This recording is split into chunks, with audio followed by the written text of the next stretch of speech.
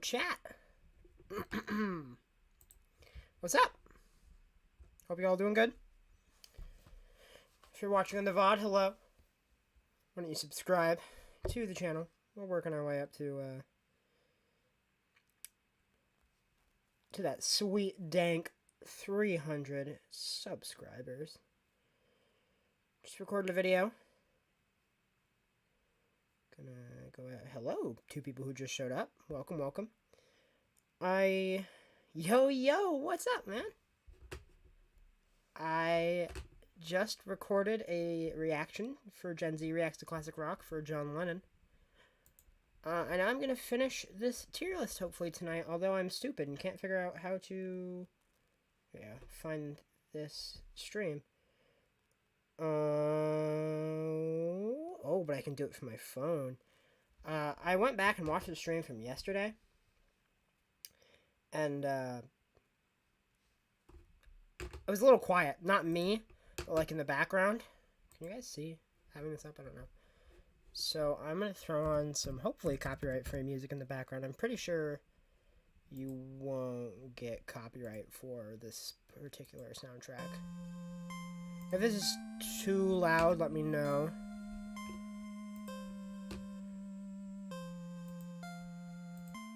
I love the Undertale soundtrack.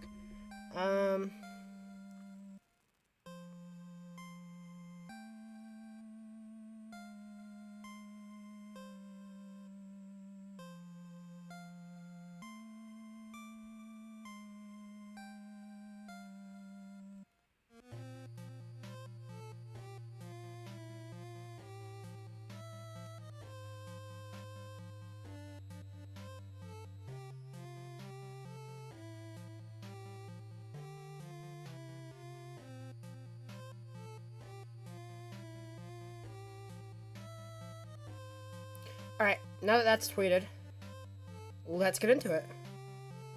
Yeah, I never finished playing Undertale either, actually, which is a shame because it was an amazing game. I was having so much fun with it. And then, Legends Arceus came out, and I started playing that instead and never got around to finishing it. Such a good game, though. Reminds me a lot, well, obviously it reminds me a lot of Earthbound, but...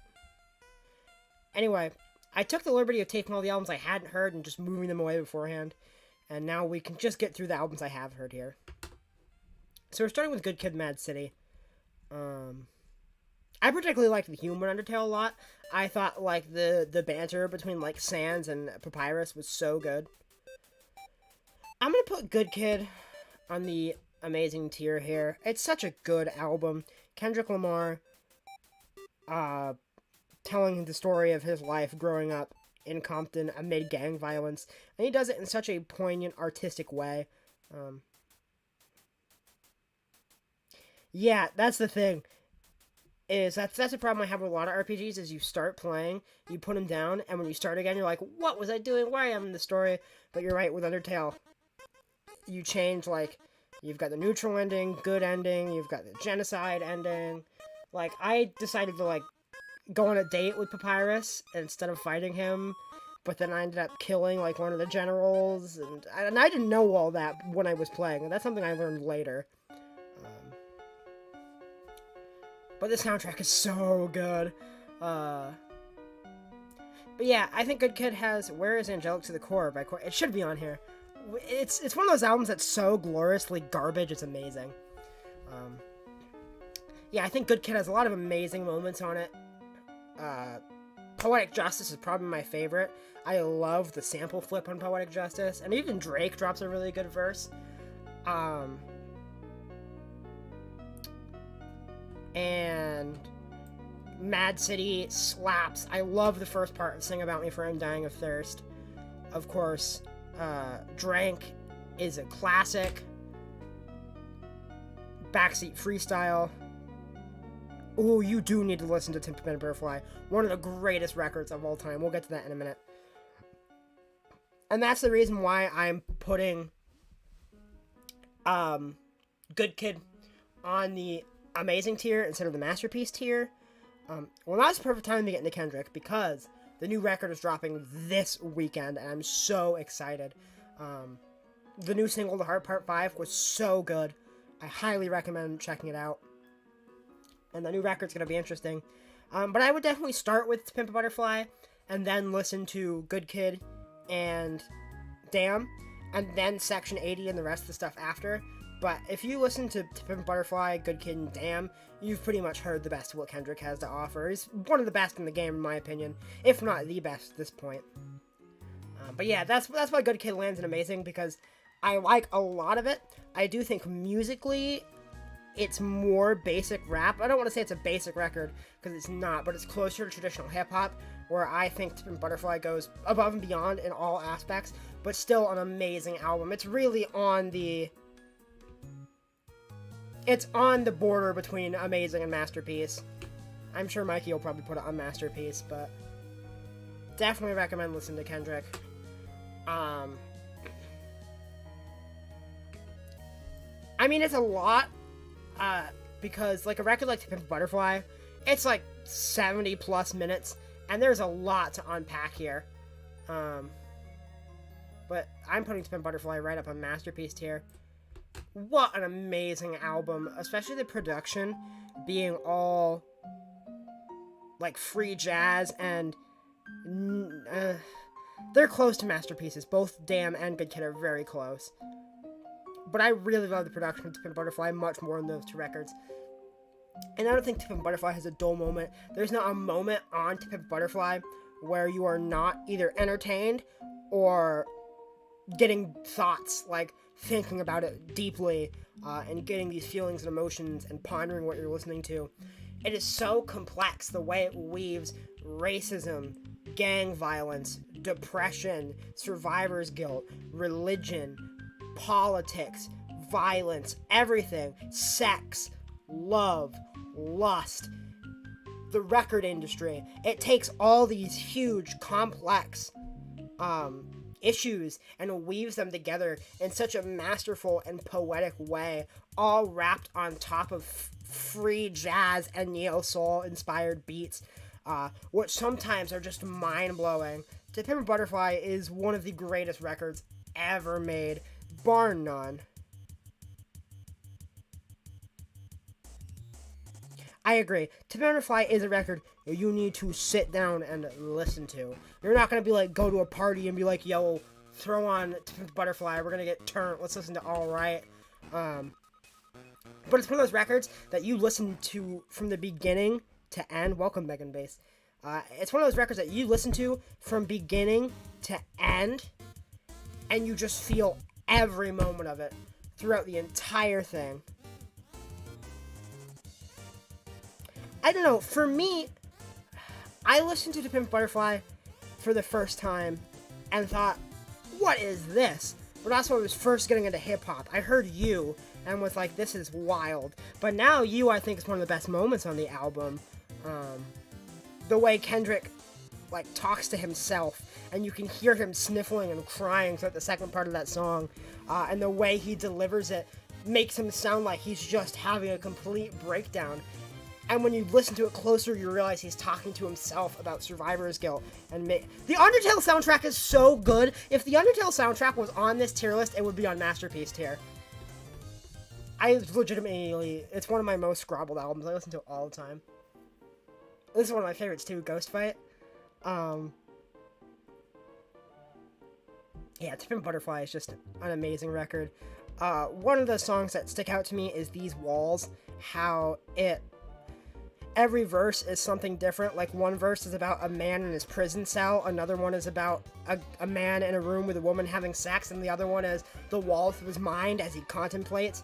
It's just so deep, and like Mikey said, it's one of those albums that you have to sit down and listen to from beginning to end, but it is a record that will do so much for you, and just, it's hard to put into words, but it's such a poignant and strongly written album that is so intelligent and so complex, and just sitting through it and peeling back the layers and sifting through everything Kendrick has to say and consuming the production. It truly is proof that hip-hop is art. And if anyone ever tells you that hip-hop isn't real music, you showed them To Pimp a Butterfly. Because out of every hip-hop album, any rap album, this is the one I would mainly call art. The album version of I is what I listen to in the mornings. I really like I. It's definitely the high point on the record. What do you think? Institutionalized is so good. I love the kind of jazz scatting on Institutionalized. The zoom, zoom, zoom, zoom, zoom. And I think the jazz-inspired production is really awesome. Of course, Snoop Dogg drops a great verse. I love Wesley's Theory. It just slaps so hard. The Blacker the Berry is amazingly aggressive. Hood Politics. The opening of Hood Politics is just blissful. And the line, Democrats and Republicans, is so fucking wild that Kendrick Lamar wrote that. It is one of the most genius lines in all of hip-hop. Democrats and Republicans. Because it's like the Bloods and the Crips, gang violence. Being on either side is not beneficial to you or beneficial for anyone. Just like as being a black man in America, or even someone who's just lower income in America. Neither the Democrats or Republicans really care about you.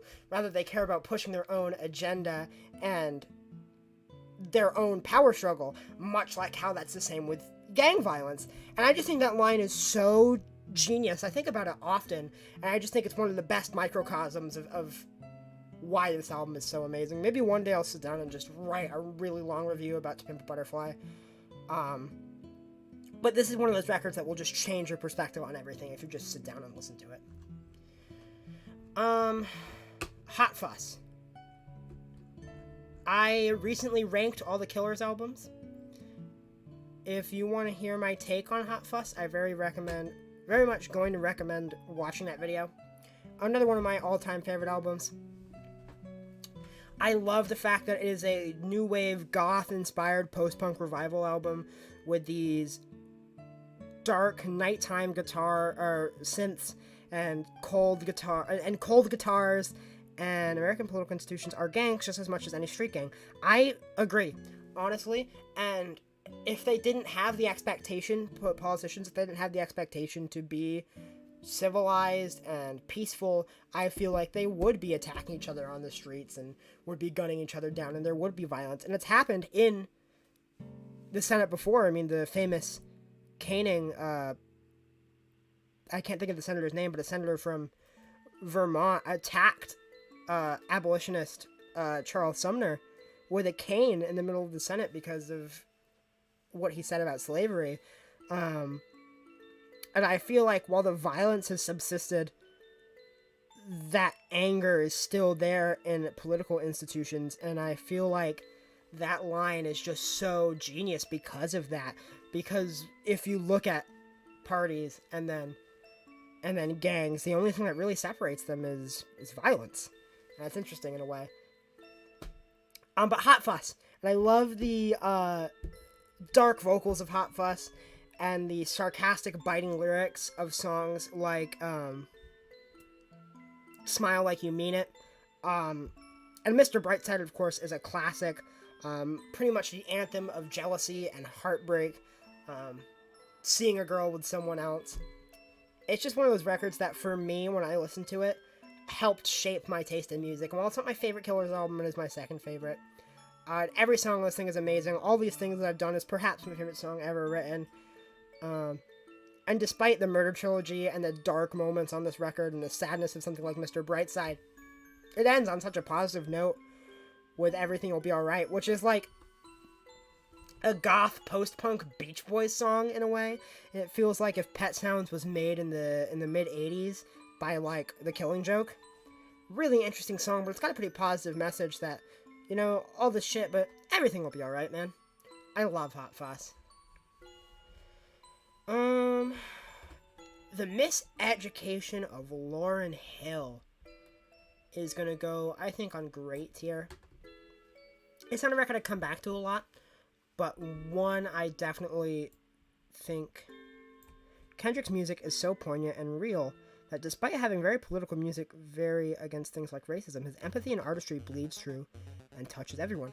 I agree. You could probably be like the most racist person on earth and still like be touched by some of Kendrick's lyrics because he's so poignant and he's such a good songwriter and lyricist that his words just really resonate with you on a level that really no other rapper does. Maybe Tyler, but Tyler is...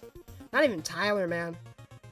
His lyrics are just so intelligent and poetic and complex and emotional that they really just sink into you and you feel them in your soul. And like I said, To Pimp a Butterfly is one of those records that is so hard to put into words because there's so much to it that makes it as good as it is. It's so complex and interweaves all these issues of race and violence and gang violence and politics and loneliness, despair, survivor guilt, religion. All of it is so tightly weaved together that it creates this amazing narrative of so many different complex ideas. And it's so hard to put into words and organize your thoughts very quickly on a record like that. Anyway, Miseducation of Lauryn Hill. It's a really great album, but one I don't necessarily come back to a lot. But its influence on hip-hop cannot be understated. I don't think you'd have someone like Kanye if you didn't have... Mikey. No. I don't want this to get taken down. The Undertale soundtrack won't get taken down. I see it all the time, but I don't know. I feel like a copyrighted song probably wouldn't be too great. Yeah, you wouldn't have people like Kanye if it wasn't for the Miseducation of Lauryn Hill. The soul samples and neo-soul sound of this record is beautiful and lush, and would go on to inspire so much of hip-hop going forward and kind of the neo-soul inspiration in hip-hop. We wouldn't have our Kanyes or our Tylers without Lauryn Hill. And it's only on great because I don't listen to it much, but I think one day I'll put it higher when I get to listen to it more.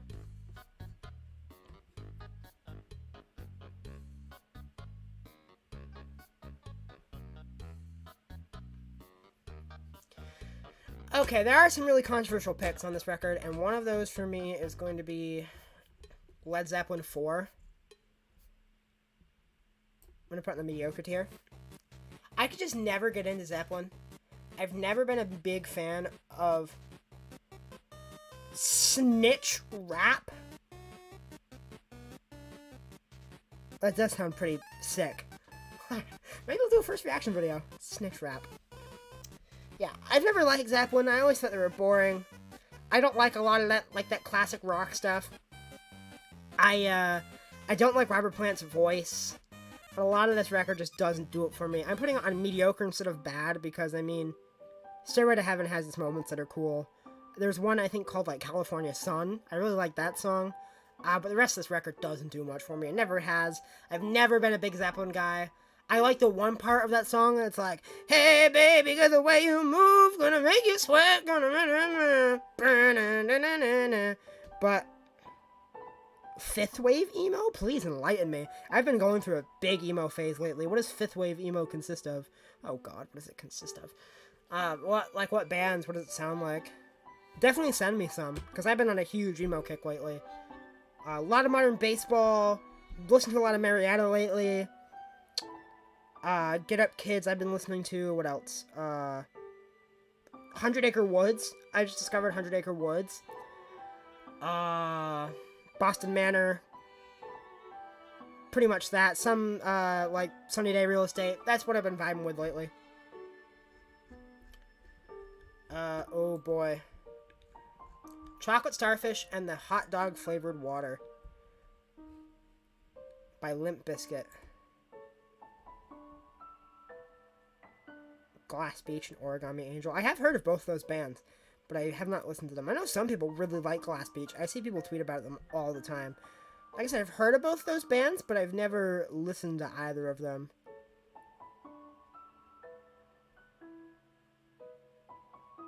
Had a lot of synth / chiptune and experimental stuff going on. Oh, so is it like overlapping with hyperpop at all? I know hyperpop, like Alden, people like that, have a little bit of like emo influence to them. It sounds really interesting though. Maybe I'll do a reaction to Glass Beach. I'll have to write all these things down to react to, but I want to do a lot of videos this summer. Sound like fourth wave and punk a lot, a lot of synth / chiptune. Yeah, that sounds pretty cool.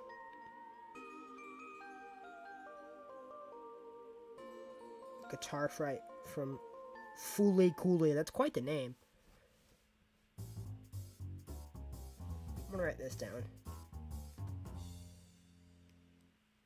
Pay the PewDiePie case. I like the hyperpop shit, dude. I love that kind of stuff. I could listen to it all day. I really like Alden. Glaive is cool. I Want to Slam My Head Against the Wall by Glaive is a great song. That new Glitch Princess by Yule, probably my album of the year so far. It's really good. I'm definitely gonna check this stuff out though. Glass Beach. Origami Angel.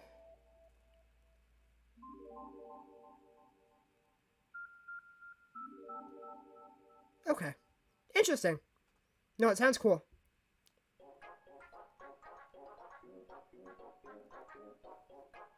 Like I said, I see people tweet about Glass Beach and Origami Angel all the time. I think I've seen Origami Angel pop up on my Spotify, actually. Chocolate Starfish and the Hot Dog Flavored Water is the worst record I've ever heard. Easily. Fucking Knife Fight, I believe, holds the records for the most fuck.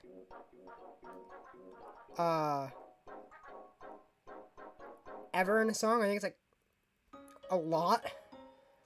It's a fucked up world, a fucked up knife, a fucked up life. Listen, I like hyperpop. I think it's evolved quite a bit, I think, because you get the hyperpop you got with like 100 Gex, which is like really over the top and aggressive and overblown, and I love that. But slowly it's starting to morph into something that's still outside of the box, but a little more accessible. So you've got what really feels like pop music, something like Alden or Glaive, with this boost injected into it instead of some wild experiment. And I think it's an interesting sound.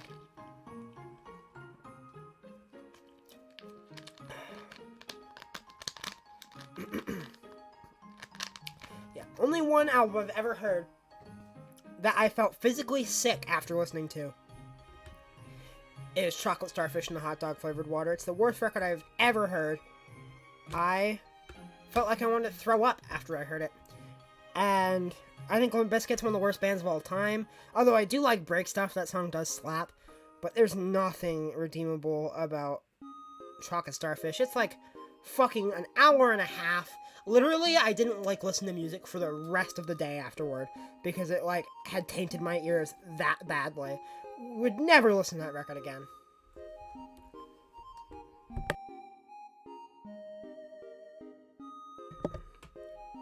Riley, the last Limp Bizkit album was good. It wasn't good. It wasn't good. It was just old men acting like they were cool by saying obscene shit. It wasn't good. It reminded me of an Eminem album. Tired old man rock.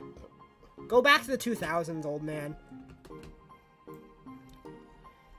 And actually, somebody asked me about Limp Bizkit last night, and I described them as Linkin Park if they fucking sucked. Speaking of which, it's the best Linkin Park album, Hybrid Theory. Probably my favorite metal album of all time. It is an album that resonated with me so much when I heard it at the end of my 8th grade year, and one I still come back to this day.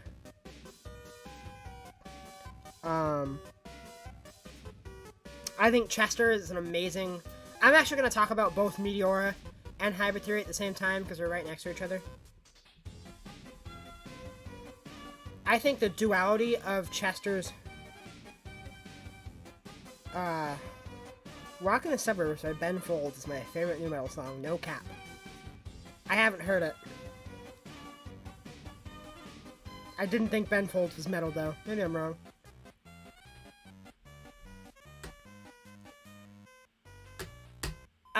Best metal project you've ever heard. Man, it's not even the best Bring Me the Horizon project. It's really good. I prefer Sempiternal. But when it comes to Linkin Park, Hybrid Theory and Meteora, so much early new metal doesn't always hold up. But I feel like on this record it does. Chester and Mike are both so emotionally intact. It's just a pop song that pokes fun at new metal bands at the time. Oh, that sounds pretty funny, actually. Because a lot of new metal isn't very good. Like, Disturbed. I've never been a big fan of Disturbed. I don't like Limp Bizkit. But there's a lot of good new metal, too. I think Korn's pretty cool. Slipknot's alright. I love Linkin Park, obviously. And that's the thing. Linkin Park wasn't trying hard to be edgy. Instead, they wrote emotional, vulnerable songs that were angry but also sad, and they resonated with people in a way like a band like 21 Pilots would resonate with people later on, that would help people through bad times instead of being just, I'm angry and edgy in 2000, let's go punch a hole in the wall and choke some fucking monster. No, instead it was trying to be emotional and real, and it succeeds both in Mike's rapping and Chester's lyrics on the singing.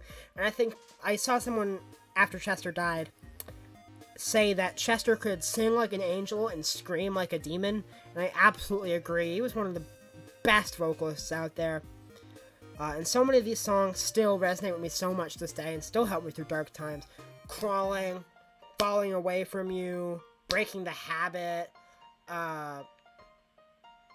In the End, Numb, With You,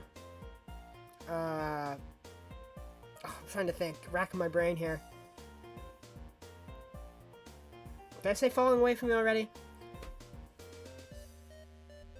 I'm gonna look up the track listing for Meteora and Hybrid Theory. That's a lot to talk about off the top of my head.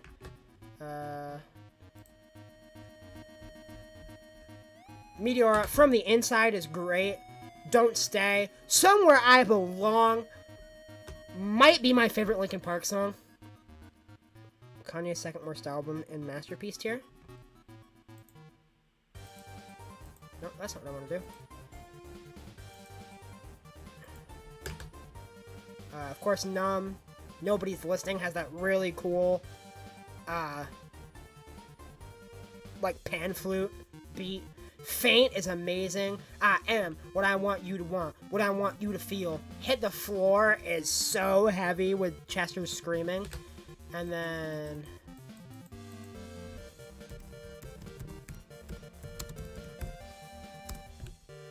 do you really think My Beautiful Dark Twisted Fantasy is Kanye's second worst album?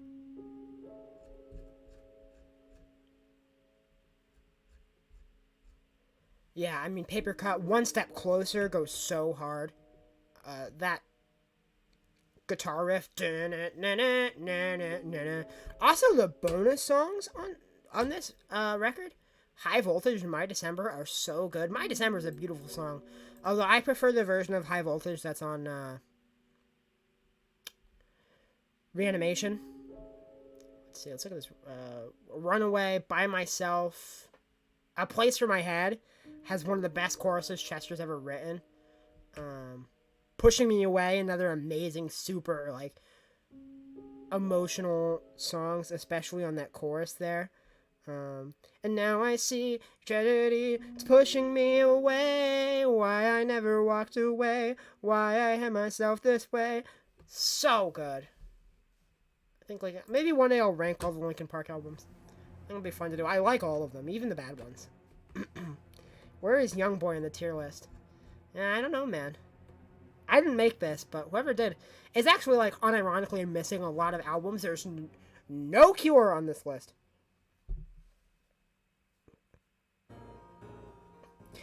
My thing with My Beautiful Dark Twisted Fantasy, right, is it pulls from every Kanye album that had come before it. Kind of the darkness and auto-tune of 808s and Heartbreak, the scale and size of Graduation, and a lot of, like, the sampling of The College Dropout, all kind of combined into one record. And I do think a lot of the other records do it better. Like, to My Beautiful Dark Twisted Fantasy, I prefer 808s. I prefer Graduation, and I prefer Late Registration. But My Beautiful Dark Twisted Fantasy has some of my favorite Kanye songs on it. Power, banger. Gorgeous has some of the best Kanye lyrics of all time. I talked about this last time, but what's a black beetle anyway? A fucking roach? That's why they got me sitting here in fucking coach. The one that's always stuck with me is hip-hop just a euphemism for the new religion. The soul music for the slaves that the kids are dealing, or something like that. That first part is hip-hop just a euphemism for a new religion. One of my favorite Kanye lyrics. Devil in a New Dress is just gorgeous. Dark Fantasy is one of the best rap openers of all time, but I do prefer some of Kanye's work that comes before it. And College Dropout is on the tier lower, because while it does have some of my favorite Kanye songs, that middle section drags a little bit. What was I talking about? I was on talking about Linkin Park, right?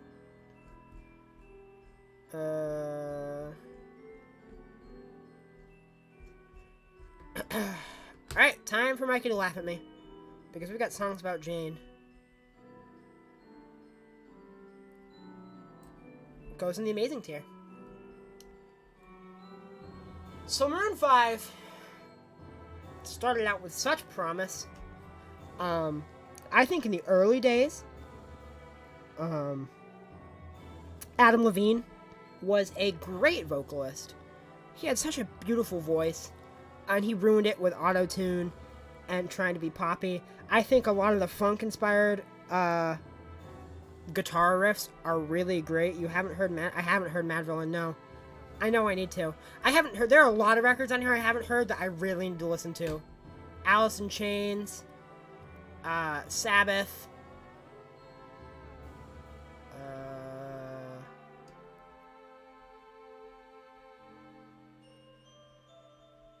Doors. I actually just heard this. I just did a reaction to this. I'm not going to give it away yet, but Korn, I need to listen to that. I need to listen to Melodrama, Bad Out of Hell, Mad Villain, Downward Spiral, Californication, Police, White Stripes. A lot of stuff I need to listen to. More Sabbath I need to listen to. Funeral, The Verve. Yeah, Songs About Jane's an amazing record. It perfectly rides the line between, I think, pop and rock as like the perfect pop rock album. There's a lot of really cool stuff on this song. Sunday Morning just fills me with such a good energy. It makes me feel so bright and happy. It's my favorite Maroon 5 song. But I think guitar work, I think James Valentine's the guitarist. Or is he a guy who makes porn movies? No, Dracula Valentine's the one who made the porn movies. James Valentine is the guitarist. I heard that on a Justin Wang video about... Never mind, I'm not going to get into that. But if you watch Wang, you know what I'm talking about. 1 second, I need to show you guys something. So this is Memory, but it's also his theme, right? Do do do do do do do do.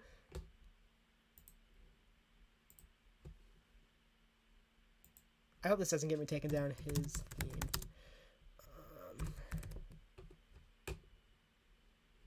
Yeah, I would rather listen to My Beautiful Dark Twisted Fantasy than I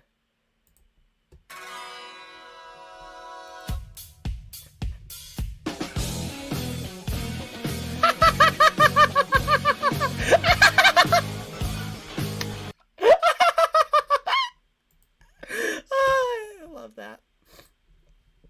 I would much rather listen to My Beautiful Dark Twisted Fantasy than Good Kid. Honestly, both are amazing records, and they would be pretty close. But I think Twisted Fantasy has songs that are more fun and more emotional in places, like Blame Game. And also the production on Twisted Fantasy is just beautiful. I love the big maximalist production quite a bit. I mean, take a listen to a song like Devil in a New Dress. It's just gorgeous. But back to Songs About Jane. The opening, like, guitar riff of this album really lets you know.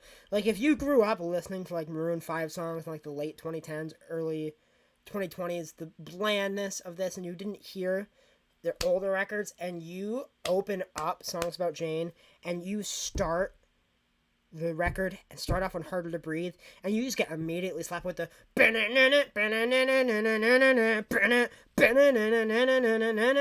you're like, what the fuck is this band?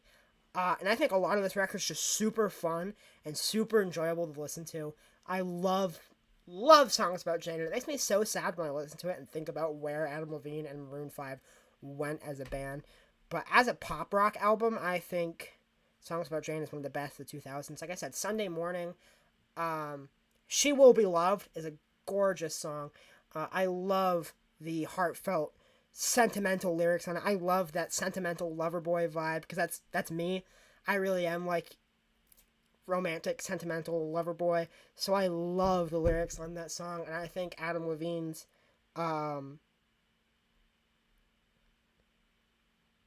falsetto is actually really pretty on that song. I'm actually surprised BTS isn't on here, to be honest. I think this might have been made before BTS started to blow up. But yeah, Songs About Jane is a great... Oh, I should probably put back on Undertale. Is a great record.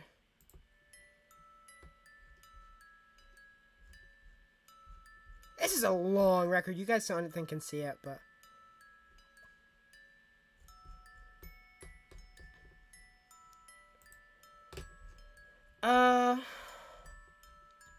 Marvin Gaye. What's going on? Now, I don't listen to a lot of soul, but I am going to put this on great tier. This is a really good album. I don't listen to a lot of soul, but like a really good politically charged soul album. Really great stuff. I highly recommend What's Going On. Marvin Gaye is a great voice. Just a great piece of like classic, I think 70s soul? I can double check.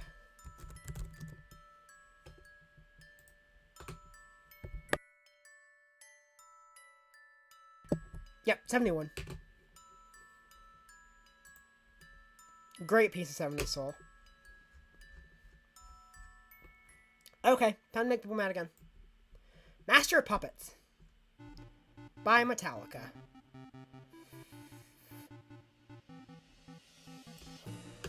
Goes in the awful tier. Oh wow, and I lost like 3 people watching right as I said that. That's really funny. Yeah, it's really boring, dude. I can't get into Metallica. I think James Hetfield is such a boring vocalist. I think Lars is a dickhead too. But I just think Metallica's music is so boring. I mean, sitting there listening to the same guitar riff for 8 minutes straight as James Hetfield is just groaning over it. I do think they have good songs. I don't think, I haven't heard Injustice for All. I don't think it's on here anyway. But One is a great song. But I just never liked Master of Puppets. I think it's such a boring record.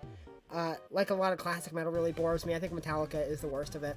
And on the same sentiment we have... Where is it? And on the same sentiment, we have Ride the Lightning. Which I actually do think is slightly better than Master of Puppets. I'm going to put it on the bad tier.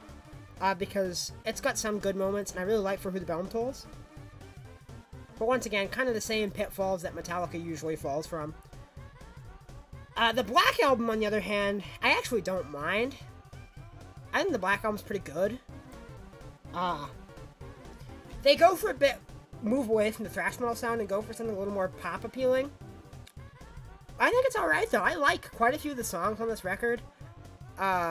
Wherever I May Roam, Enter Sandman. I don't know, it's easily my favorite of Metallica's records that I've heard. One of the best song albums of all time, I may add. I like the Black Album, though. It's enjoyable enough. I used to own it on CD somewhere. It's fine. Not a bad record. Like I said, definitely my favorite Metallica album. Oh, boy. So the Black Parade is my 3rd favorite record of all time. It is an album that means so much to me. Everything I said about American Idiot goes to the Black Parade, too. Same producer, actually.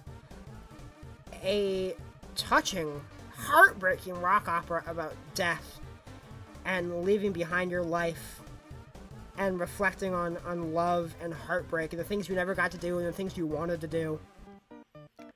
And then accepting your death and crossing over. Following the patient, someone who died of cancer and is coming to terms with his own mortality and his own death. It is a heavy listen, but so emotionally potent and hits hard, especially songs like Welcome to the Black Parade or I Don't Love You is one that hits me very hard. And this record has so many different emotions it hits so hard on. It's got super sad songs and heartbreaking songs like I Don't Love You. It's got more anthemic, uplifting songs like Welcome to the Black Parade or a closing song, Famous Last Words. But then it also has some songs that are just fucking horrifying. Like Sleep is my favorite My Chemical Romance song. But it's a terrifying song. The concept of just you closing your eyes and then never waking up, going away forever. And the way it's made is horrifying, especially in the end with the cacophonous guitars and Gerard Way just screaming. It's a horrifying song, but one that is so amazing and dark. Probably my favorite My Chemical Romance song. Hey, I didn't say you could talk. So yeah, my third favorite album of all time. We'll get to the other ones I love later.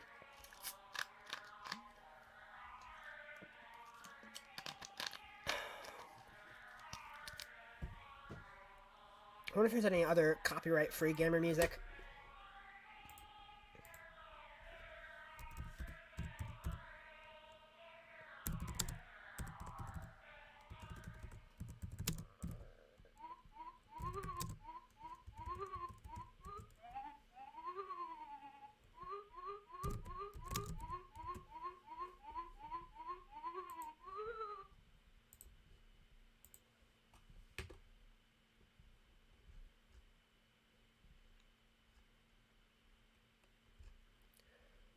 Does anyone else know any good music soundtracks that are copyright free? Can I like listen to like about? Can I just queue up Tommy Innit's stream playlist? Yeah, I can actually.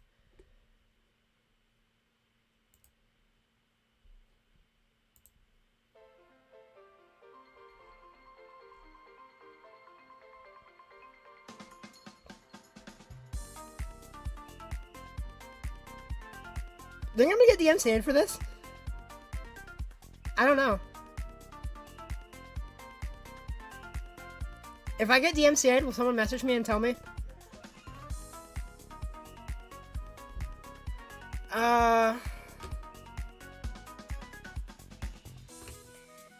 This list is still massive, all the stuff I've heard. Let's switch it up a little bit.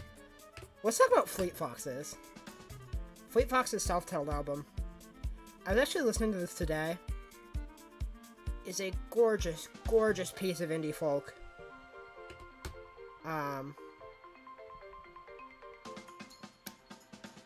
It's so emotional and sad, and you can really feel that in the sound of the songs.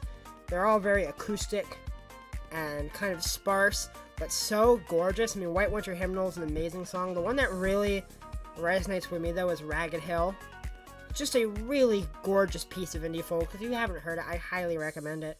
I'm not familiar enough to talk deeply about it. I've only known about it for a little bit. But it is a beautiful record. Oh, excuse me.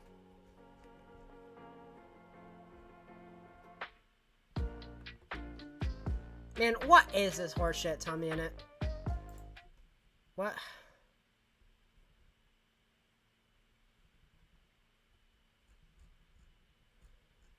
Uh-huh.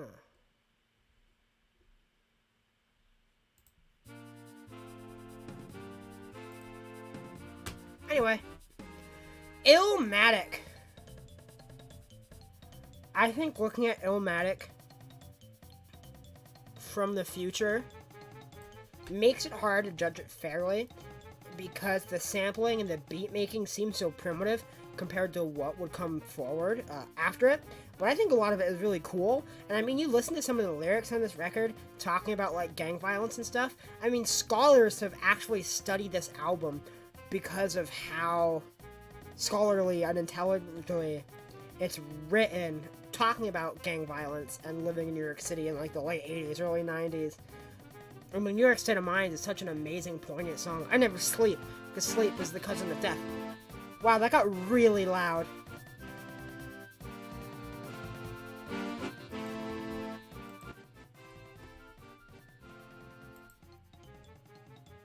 Yeah, just a great record. I mean, whose world is it? It's mine, it's mine, it's mine. Probably one of my... I don't know if it's not my favorite hip-hop album in the 90s, but it's really good. I'm trying to go quick. Oh boy, here's another one that's gonna make people mad. In the Aeroplane Over the Sea.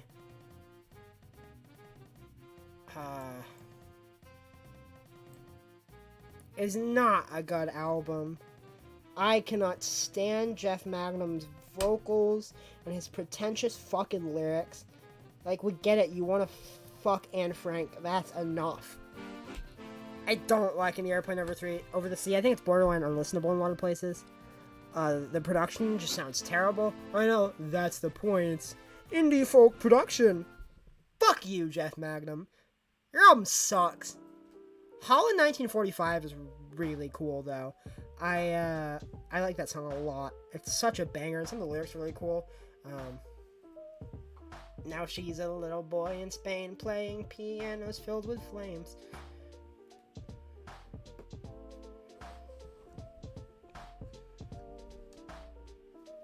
It is fucking hot out today, boys. It was like 83 here where I live, and it's still super, super hot, and it's nighttime. How are you guys today, though? How's it going, chat? If you guys are still active in here, how's it going?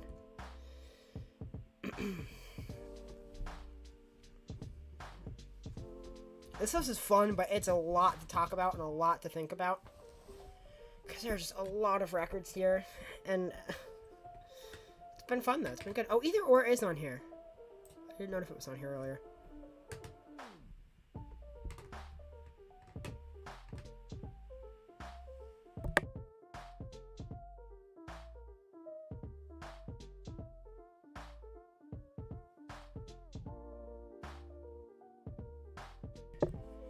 Alrighty, In Utero is my favorite Nirvana album.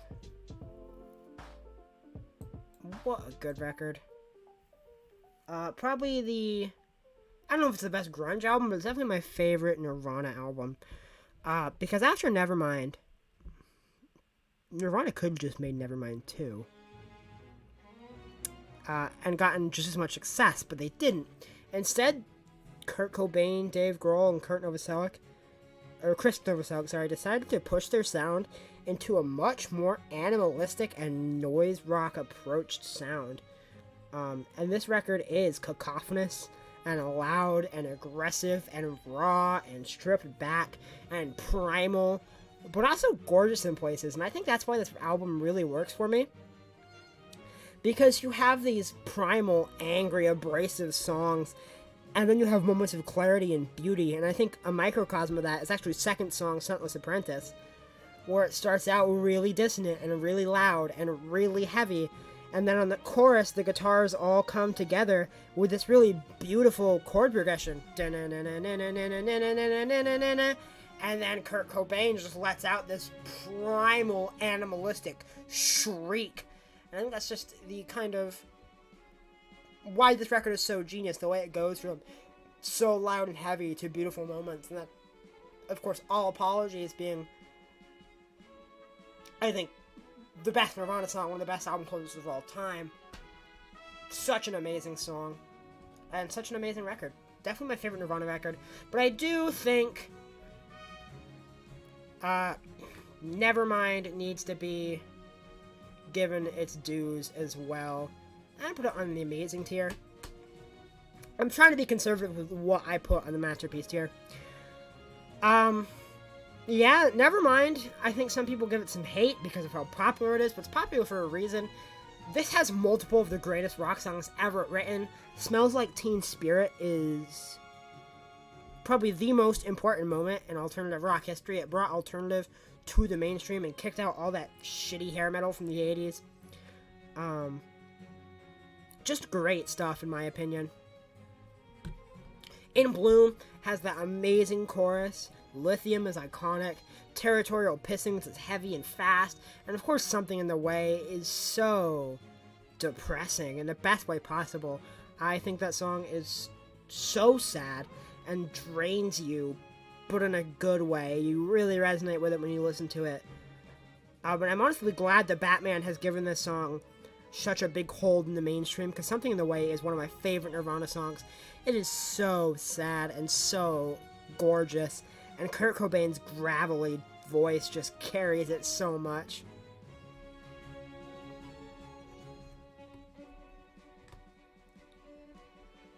We're doing good, though. We've made our way through the album quite a bit. Let's see how long we've been streaming for. Almost an hour. I might go for a little more. What do you guys think? I don't know. Getting kind of tired.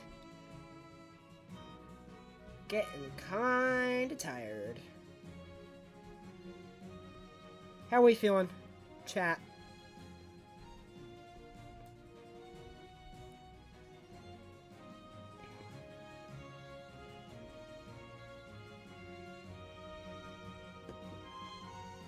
Oh yeah, and Utero is the best Nirvana album. What's the story, Morning Glory? Yeah, we just talked about In Utero. Maybe do 5 more? You think 5 more? 1, 2, 3, 4, 5. Yeah, that sounds good. I'll do 5 more. What's the story, Morning Glory? Also gonna go up here on Masterpiece tier, I think. Some people really hate Oasis, some people love Oasis. I think Oasis is an amazing band, especially their first 2 records. And What's the Story, Morning Glory is an album that feels so ubiquitous to me, in a way that their songs really, no matter who you are or what you've gone through, relate to you in one way or another, because they're written about such universal truths. And this is what Noel Gallagher said, everyone falls in love, everybody has heartbreak. Everybody has good times, everybody has bad times. So he wrote about those on such a strictly ubiquitous and like a baseline level of human emotion that even a lot of these times some of the lyrics don't make sense, but they make sense to you, the listener, in your own way. And that's why I think the song is so ubiquitous. I mean, take a listen to a song like Champagne Supernova. Not only is it big and epic and amazingly well done, but you listen to a lyric like slowly walking down the hall faster than a cannonball.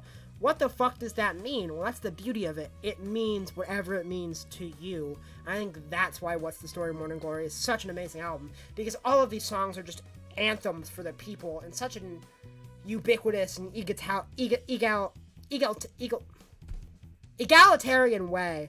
And so universal. Anybody who listens to it can pull something out of What's the Story. Amazing record. I'm not sure it's my favorite, because it's one of those records that every moment is so good, but I just think the musicianship is better on the previous record. But of course, Wonderwall is amazing. A song about just someone always being there for you. Don't Look Back in Anger is so anthemic. Champagne Supernova is huge and epic. Morning Glory is intense and a banger, has an amazing guitar line. Bam, bam, bam, bam. And I love Roll With It. A lot of people say Roll With It is the worst song of the album. I love Roll With It. You just gotta keep rolling with the punches, take your time. Things will come to you in due time. Don't get ahead of yourself. You gotta roll with it. You gotta take your time. You gotta say what you say. Don't let anybody get in your way, 'cause it's far too much for me to take. It is an amazing song. And speaking of things that are amazing, probably my favorite hip-hop album of the 90s, Aquemini. I really like Aquemini. I'm going to put it on amazing tier here. Such unique production. It is so spacious and grand. It feels like they craft entire atmospheres and worlds with the beats on this song. And I think both Andre 3000 and Big Boy are great MCs and great rappers, but I think Andre particularly shines. And my favorite Outkast song is The Art of Storytelling Part 1, and probably my favorite rap beat of all time. It just gives you this nostalgic, retrospective feeling. And it's such like a sad song about your childhood being gone, your childhood friend and love dying, and the past being gone forever. And it gives you that sad, mournful beat that's just so visceral. It is amazing. A lot of other really good songs. Rosa Parks is an awesome song. I hate Mamacita. That song is awful. Pretty much everything else on this record is good. I'm trying to think of other moments I like on this album. Fuck it. Let's go to Wikipedia. It's been a while.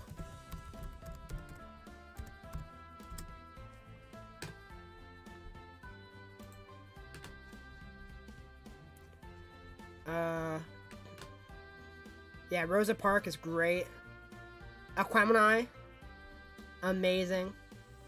I think Synthesizer's really cool. It's got, like, this weird, like, robotic, kind of cheesy sound to it, but I really like it. Spodioti Dopalicious is an amazing song. That horn section is just infectious.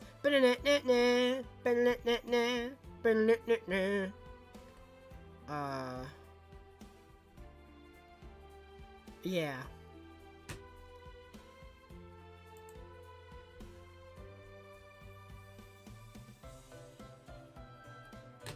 Alright, also Outcast is Stankonia, which I'm gonna put on the good tier. I never vibed with Stankonia as much as I vibed with Aquemini. It's got its moments. I think Miss Jackson's an amazing song.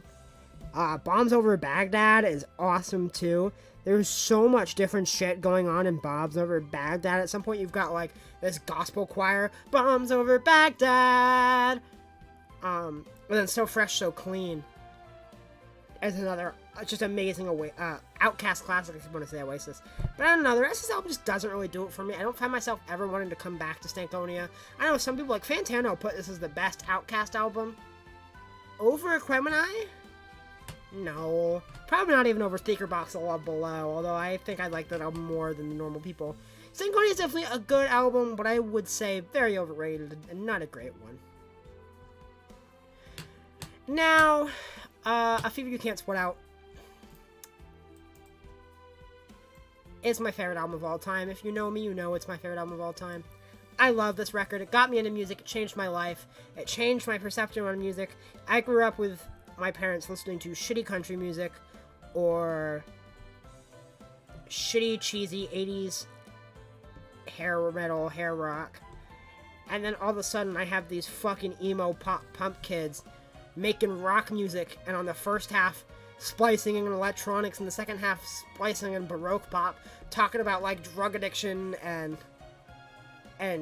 adultery and cheating and referencing like underground literature, and I had heard nothing like it at the time, and it just changed everything for me, and still remains my favorite album of all time. I know like every word to it, even the songs that people like shit on. Like I know Mikey talks about how awful Nails for Breakfast, Tax for Snacks are. I love that album. I think that song, I think the auto-tune is really cool in that song. I think the auto-tune throughout this record is cool. And I love the Baroque-inspired stuff in the second half of songs like, But It's Better If You Do, or, There's a Good Reason These Tables Are Numbered, Honey, You Just Don't Know It Yet. And I think Build God Now We'll Talk is probably the best closer they've ever crafted. It is an epic story of a song. And I think that's why I like a lot of these songs, is because they do tell stories. You get a character, and it brings you through it. I mean, and the musicianship on this record is just so cool. The way, like I said, they splice the Baroque elements in the second half and the electronics in the first half. Like the dance break on The Only Difference Between Martyrdom and Suicide is Press coverage. The like dance break and all that is so awesome. I love the synths and auto-tune on Nails for Breakfast, and the fucking wall of guitars and the keyboard line on It's Time to Dance is probably my favorite opening to any song ever, followed up by Well, she's not bleeding on the ballroom floor just for the attention. Maybe my favorite Panic at the Disco song. I don't know. Sometimes it's Direct Since Not Tragedies. Sometimes it's The Only Difference. Sometimes it's Build God. Really, my favorite song on this album changes depending on how I feel. It's the reason why I don't have a favorite Panic at the Disco song, because it could be any song on this album. It is hands down my favorite record of all time, and I don't see that ever changing. And the last record for today, we're ending on some controversy. We've got Pearl Jam's 10. I'm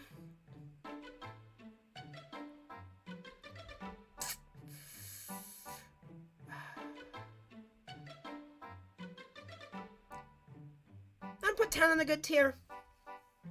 No. I don't know. I'm gonna put it in the decent places tier.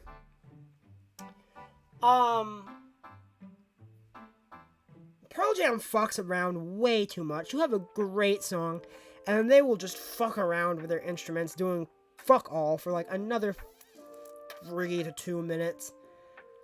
And like, I'm bored. Get over it. And sometimes Eddie Vedder's voice can be hard to sit through for an entire album.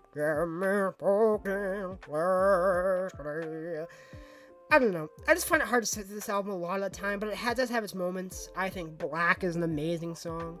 Jeremy, of course, is great. Even Flow slaps. But once again, the second half of these songs are all dragged out way too long. You can stop the song. It does need to go on forever. I know people really hold up 10 as being a great album, and I do think there is a great album hidden within all the fluff on this record. So yeah, that's it for today. I hope you guys enjoyed the stream. I love doing this. Honestly, I'm gonna stream more often from now on. I'm almost done this semester of college, so summer's coming up, and I will be streaming a lot more, making a lot more videos. If you guys have any ideas for me to stream, reach out and tell me what else I'm gonna do. I'm gonna finish this. I want some publication ranked every Weezer song, and I want to go ahead and listen to that sometime, or read through that and react to that sometime soon on stream. Do other tier lists, Sporkle games, I don't know, but there's all sorts of stuff I want to do, and yeah, just keep your eyes peeled. And I just recorded a reaction to John Lennon's Plastic Ono Band, so that should be out very soon. Anyway, thank you for watching, guys. I really mean it. This was a lot of fun.